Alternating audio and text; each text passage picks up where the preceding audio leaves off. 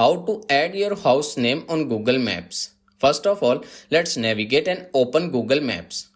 Once you are inside the app, navigate to the bottom and open the contribute option.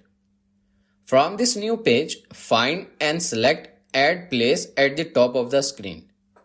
Just wait a moment to load the submission form. On this page, we need to enter details, so first tap on Edit Map Location. Drag the map until the red point is exactly over the house or building. Once it's positioned correctly, tap OK to save. Now you need to enter details and start with the place name. Enter the name exactly as you want it to appear.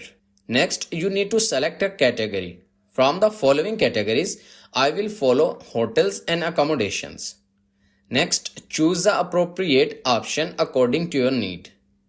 Next, enter the physical address in the provided field.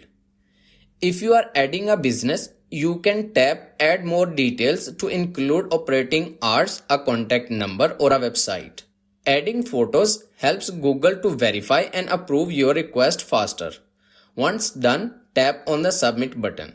Google will review your suggestion and you will receive an email notification once the changes goes live. And that's it.